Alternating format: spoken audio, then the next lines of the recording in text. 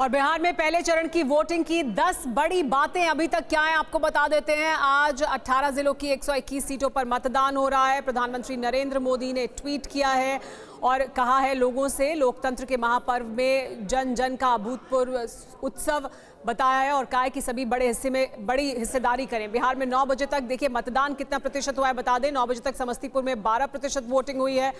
अलग अलग जगह के मत प्रतिशत आ गए हैं। सुबह 9 बजे तक समस्तीपुर में 12% वोटिंग हुई है। बेगूसराय में 14.60% मतदान हुआ है। इसके अलावा और सीटों की अगर हम बात करें तो वहां पर भी मतदान तेजी से हो रहा है। भोजपुर में सुबह 9 बजे तक 13.11% मतदान हुआ है। बिहार में 9 बजे तक 13.33% मतदान हो चुका है। बक्सर में सुबह 9 बजे तक 13.28% मतदान हुआ है। सुबह 9 बजे तक बेगूसराय में 14% वोटिंग हुई है। तो लगभग अभी तक जो मतदान हो रहा है पहले चरण का उसमें 13% के लगभग बिहार में 13.13% वोटिंग हो चुकी है 9 बजे तक।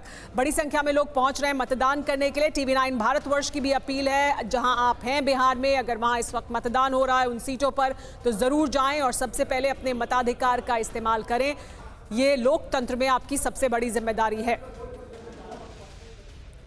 लेकिन मतदान का प्रतिशत भी बहुत कुछ तय करेगा तब जबकि अंतर अगर बहुत कम रहेगा। पिछली बार के विधानसभा चुनाव की बार बार बात होती है कि कितना कम अंतर था दोनों जो गठबंधन थे उनके बीच। अरविंद मोहन जी, अंतर बहुत कम था पिछली बार, इस बार भी कांटे की टक्कर दिखाई दे रही है। पहले ये बात कही जा रही थी कि जन स्वराज एक फैक्टर हो सकता है जो अगर कुछ मत प्रतिशत हासिल करेगा तो फिर प्रभावित कर सकता है, लेकिन अगर ये दो तरफा ही लड़ाई है तो फिर मत प्रतिशत बहुत कुछ उस पर निर्भर करेगा क्या आखिर में?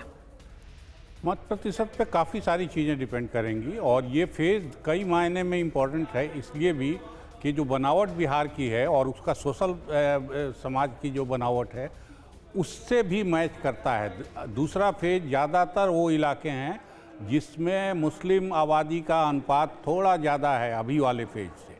तो अगर आज का वोट मेरे ख्याल से जाति पर जाएगा, जाति प्रमुख हो गई है आते आते, तो दूसरे फेज में कम्युनल होने की गुंजाइश कम है, लेकिन ये कोशिश की जाएगी बहुत।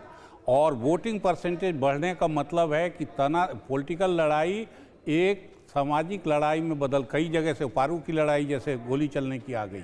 मुझे ये खतरा लगता है कि ये तनातनी फिर वायलेंट भी हो सकता है और ये आगे बढ़ेगा। पिछली बार के चुनाव में 5 फेज में चुनाव हुआ, पहले 2 फेज के चुनाव के ट्रेंड एकदम अलग थे और बाद के ट्रेंड एकदम अलग हो गए 3 फेज के। तो अभी भी 1 और 2 में ये फ़र्क हो सकता है।